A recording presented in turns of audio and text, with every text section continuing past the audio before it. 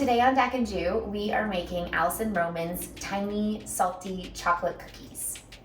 Tiny salty chocolate Because it's our 1-year anniversary. We were going to make a cake, and then we were like, we don't have time for that. I'm just getting back from London. Julie has like 3 tests tomorrow, and so what better way to celebrate than make the easiest, fastest, tastiest celebratory dessert.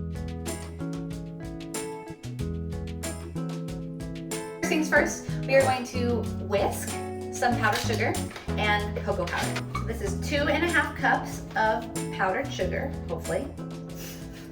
Ish.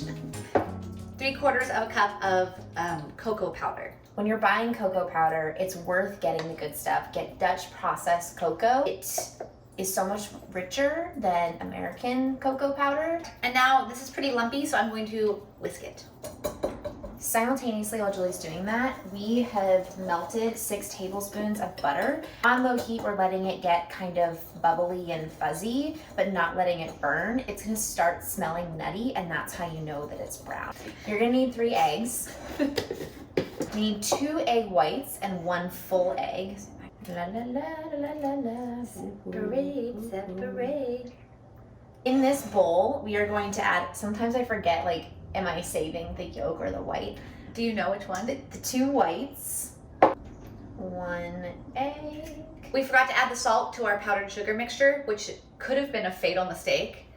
1 teaspoon.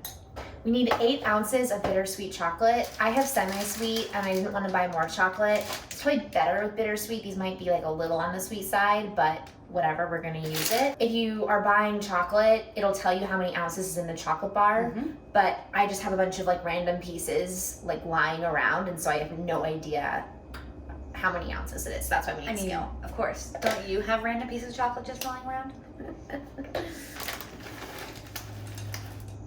So then we're just going to chop the chocolate because we're just stirring it into the cookies. Which is great, because if you bite into the cookie and you have like a little chocolate pocket. A chocolate pocket. The butter has cooled. I'm gonna slowly stir it with a spatula into the egg. For some reason we did this in 2 separate bowls. Can't explain it. And so we're just gonna mix everything together now, but you can just do this in 1 bowl, which is even easier, less dishes. 1 less bowl. Dakota is mixing those 2, trying to make a smooth-ish mixture. I'm gonna add in the chocolate now. So we've mixed everything together, and now we're just going to do quarter-sized blobs about 2 inches apart because these cookies really spread out. And something else to make note of is that there might still be a few lumps in your batter, but those will kind of take care of themselves as they heat up and cook. Yeah. You have to have a lot of self-control to not make the blobs any bigger than quarters. Yeah, this might be hard for me. It is, it's hard for me too. This batter is not like traditional cookie dough, so it's flourless. It looks more like brownie batter, honestly, so don't be worried that that's the texture. Yep. You're gonna wanna use a flake salt. And if you've watched enough of our videos, you know that we use flaky salt at the end of every single recipe. I actually bought a new one today, and this seems really like fancy and unapproachable, but the whole box was $5, and it's such a good investment. It lasts a really long time because you're only using it as finishing salt. I've seriously had this for like at least 6 months. I was gonna say since we lived together, which was like 2 years ago. These were in the oven for 8 minutes. We let them cool in the pan for maybe 2 additional minutes, 3 minutes. Hard to say. Hard to say.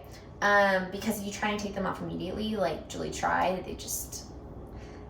I've tried making these before without lining the sheet, and I had to end up just like eating them myself off the pan, which was fine. That's not like a bad thing. No, that was like a really specific kind of need and a really specific kind of night, and you know. All right. To 1 year. Oh yeah. Oh my God. Chocolate pockets. I love the corner brownie, and to me this is like the same texture, where it's really toothsome. And they're so small.